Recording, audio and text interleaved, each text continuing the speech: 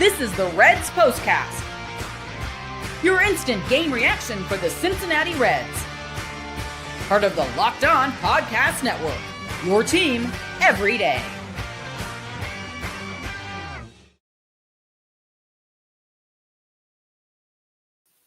Well, we're off to a good start. Hey, everyone, and welcome to another edition of the Locked On Reds POSTCAST, brought to you by the Locked On Podcast Network, and of course, Locked On Reds with our good friends Jeff Carr and Steve Offenbaker. My name is Tim Daniel. My camera is all out of sorts today.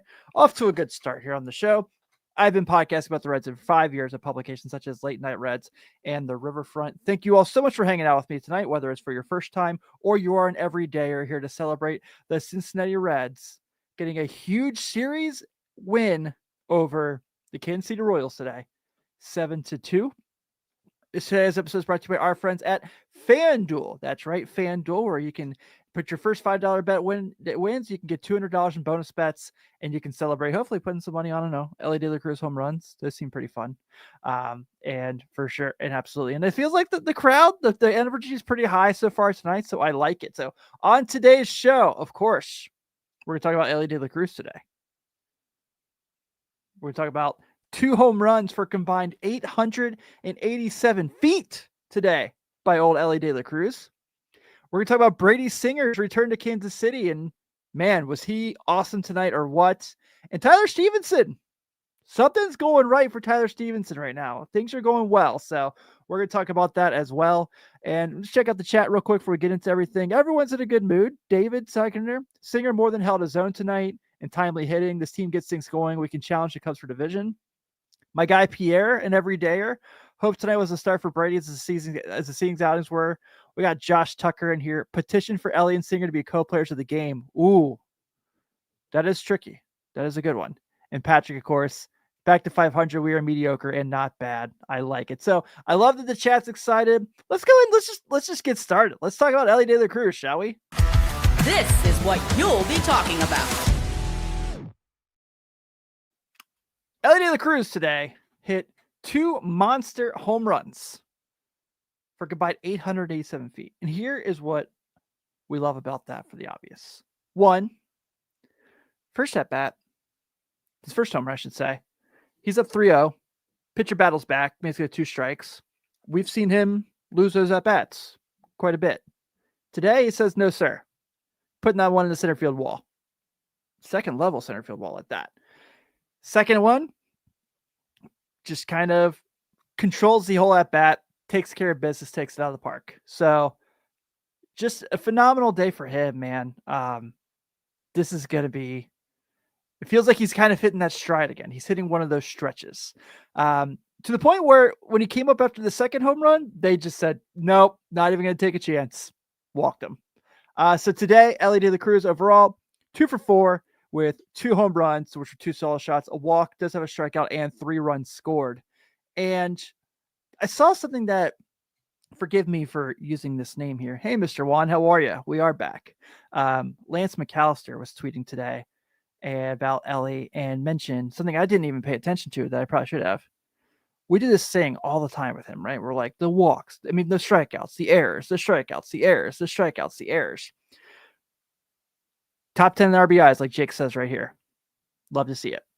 Also, getting walked above the average MLB rate right now.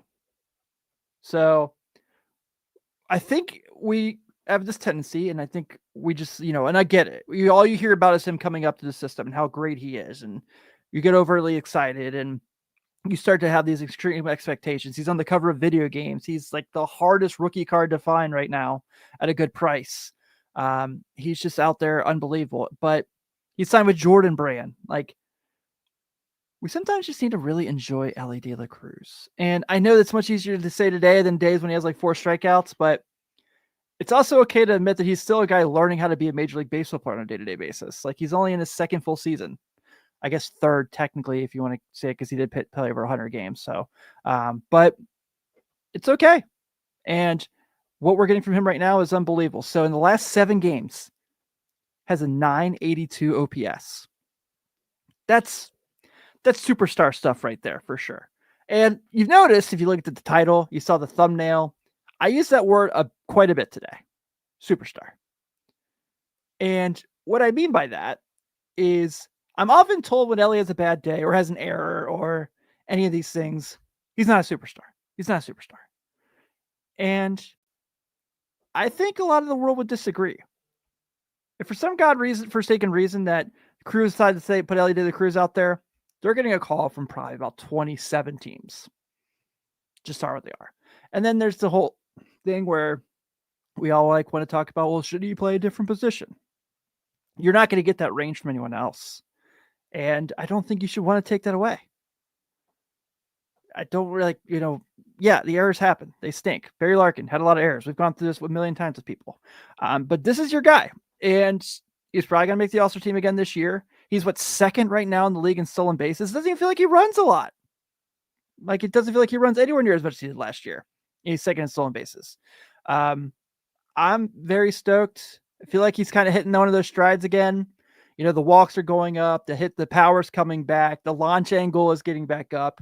It feels like we're about to see Elly De La Cruz go another one of those, if this isn't already the start of it. I said it after the Cubs game on Saturday. It felt like he was starting to get on one of those heaters. And what we've seen of late from him, like I said, the last 7 games has been awesome. So I'm going to enjoy it. I hope you guys are enjoying it too. This is the guy that we've all been wanting to see all season.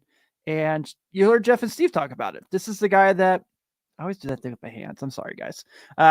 They said that the Reds are going to go where he goes. We obviously knew that, but it's time for him to step up. It's time for him to step his game up.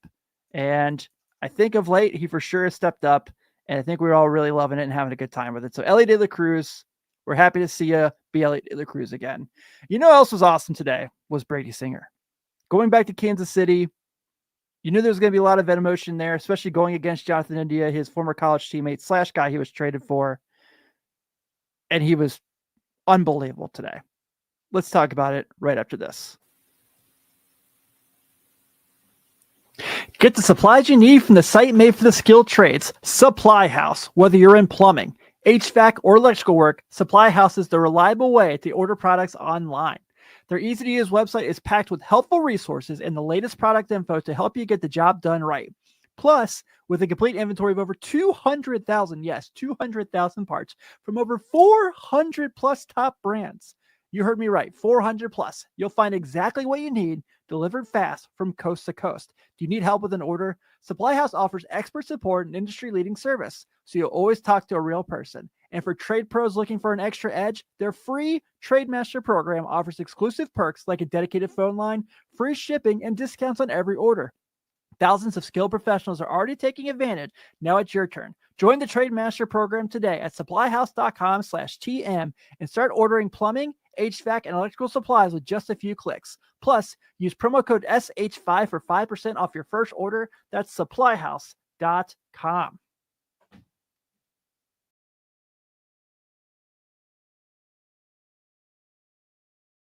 Want to thank you all, my everydayers, for hanging out with me here on the Reds Postcast as we celebrate a series-clinching victory tonight for the Cincinnati Reds, 7-2 over the Kansas City Royals at Kauffman Stadium. If you are checking me out for the first time, please be sure to not only hit that subscribe button on your podcast app of choice, but watch us on YouTube, where you can get myself and Jeff and Steve Monday through Friday on Locked On Reds as well. And guys, the chat is fun today. Branch Brown's popping in to say a win. I really like this comment from Josh before we move on. I want to talk about this.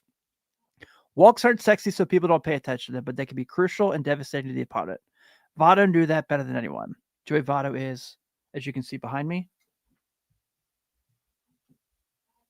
my goat in baseball, obviously, for my Reds fandom. So I absolutely love comments like that where we can praise Joey Votto even 2 years after he played his last game for the Reds. So absolutely would take it.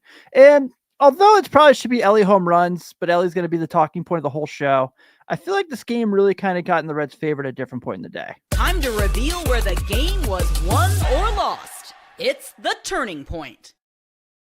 I'm going with the Santiago Espinal RBI single that turned into, I don't know, I feel like you're going to put what the Kansas City Royals defense did there on the yakety sax music.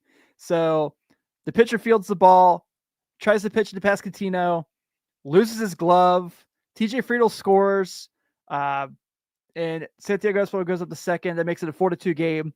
And from there, I felt like that was like where the Reds started to take control. Spencer Steer walks after that. So because Elly gets intentionally walks, Spencer Steer walks. Matt McLean gets an RBI ground out, was a force out, and man, hustled like hell down the line. Then Espinal, of course, gets the double in the 9th inning to make it 7-2. So I feel like that's when the Reds kind of took over and had those unanswered runs. So obviously we're going to talk all day about Elly De La Cruz, but we'll take that. Yes, Josh, perfect way to put it. The floodgates opened. It's a Betty Hill Yakety Sax reference. Thank you, Patrick. Patrick's here for like all my pop culture references. I love it every day. Brady Singer went back to Kansas City today to face his former team. And was he awesome or what? So goes today, 7 innings, 2 earned runs, 3 strikeouts, and a walk.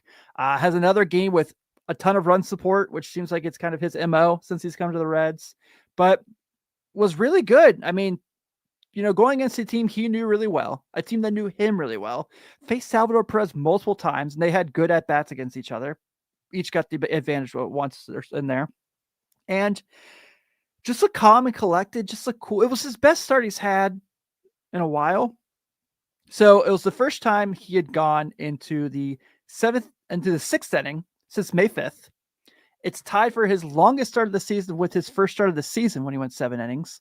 And just kind of felt like he was in control the whole game. Yes, the strikeouts weren't there, but everything else, he was lights out and he was incredible. And for the Reds to kind of get that from him, we've talked about quite a bit just how the bullpen was really taxed, and we talked about that a lot yesterday. So for them to get a day like today where they only got to go out there and throw a couple innings, and it's Tony Santillan pitching for the 945th day in a row, but only throws 8 pitches, and then Ian Gibaut goes out there and gets the 9th inning. I think the bullpen's going to be kind of getting their arms back together. Like they're not held by construction tape anymore. So see them kind of get going again.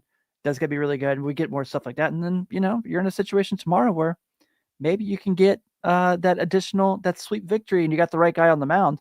And obviously his defense behind him took care of business. The Elly McLean Steer. Oh, actually that was later in the game. I'm sorry. The double play between Elly McLean and Steer. But we'll still give Brady Singer credit for the defense doing their thing behind him. Obviously, Jose Trevino being there to kind of be behind the dish and be collective with him is pretty awesome. And Josh, 100%, 2 straight days, the Reds got 7 innings from their starters. And you look at tomorrow, and you have many reasons to believe that they could have another one of those with who's taking the ball for the Reds. Also, on the Kansas City side of things, you got to feel good too about the Reds going into this game because Kansas City used 7 pitchers tonight. I get that a bullpen day, but man, guys went through a lot of pitches too. Scott says complete game by HG tomorrow. Man, wouldn't that be awesome, especially after his last start when you could tell he was still kind of getting his legs underneath him? I would absolutely take that for sure. All right, guys, let's go ahead and let's do. Someone said it earlier. I think it might have been Josh. Josh was right. We can do a duplicate player, the locked on player of the game today. This is the Locked On Player of the Game. Josh, thank you for that. I appreciate it. 4 of the pitches through 23 pitches. Aiden says, normally a podcaster, figured I'd check out the postcast. Go Tim and go Reds. Hey, Aiden, thanks for hanging out, man. It's good to see you. Welcome to the show. We're going to go 2 guys. I mean, Elly De La Cruz is the talk of the day with his 2 home runs, but Brady Singer, 7 innings against his former team, 2 earned runs, 3 strikeouts, and getting his, what is it now? 6th one of the year. 6-3 now in the season. So for those who still keep up with that. Tyler Stephenson, 2nd day in a row. It's a home run. And man, was that a country shot. That was pretty fun to watch. So Scott says EDLC's 2nd home run ball is sailing down the Mississippi with a full crew. I like that. That's fun. So Tyler Stephenson, I talked about a little bit yesterday, obviously with the day he had in the Cubs series. It seems like he's finding a rhythm again. We talk about just how hard it is when you're out for a while and you're basically your first couple weeks of the regular season when you come back from the IL is your spring training. I know he had a little bit of a rehab assignment in Louisville for a bit, but now he's got the 2nd day in a row. He's at a homer. He drew another walk today. He's got 5 walks in his last 7 games to go with the 2 home runs. His OPS is up to 735. And I say this, we've had a lot of complaints about Terry Francona's decision-making. But I think the way he's handled the catcher thing since Stevens game's back. Now, Austin Wins has played in like an inning I think, since Tyler Stephenson came back, if that. But I think one day he played first base. Yeah, he played first base one day. So that part, I don't know what you do there. But I get it. The options thing, they don't want to lose him, but 720's got to play, right? Anyway, I'm going on a tangent. So Tyler Stephenson becoming catcher one again. And I think the DH situation is great for him. Obviously, having Trevino hitting as well as he is makes it pretty beneficial as well, to where you can trust him to DH a little more. I thought he's caught pretty well his last couple of times behind the dish. He's had a couple almost throwouts on runner stealing. So I think that's going to get there going soon. So Jake says history going to prove David Bell wasn't that bad. Players got to play.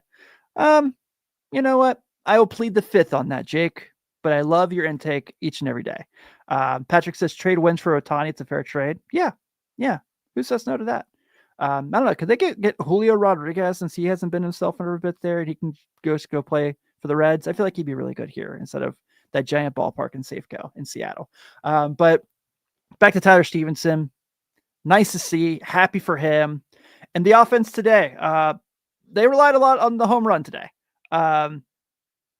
But they still hit pretty well. I mean, they were 0 for 6 runners in scoring position.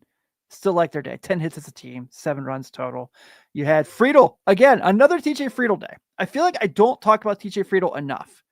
3 hits today, another walk. OPS is 794. He's hitting just under 300. You get Austin Hayes has his worst day of the year, and the Reds still score 7 runs. Take that for every day of the week. Tyler Stephenson has his homer. Gavin Lux has a nice hit.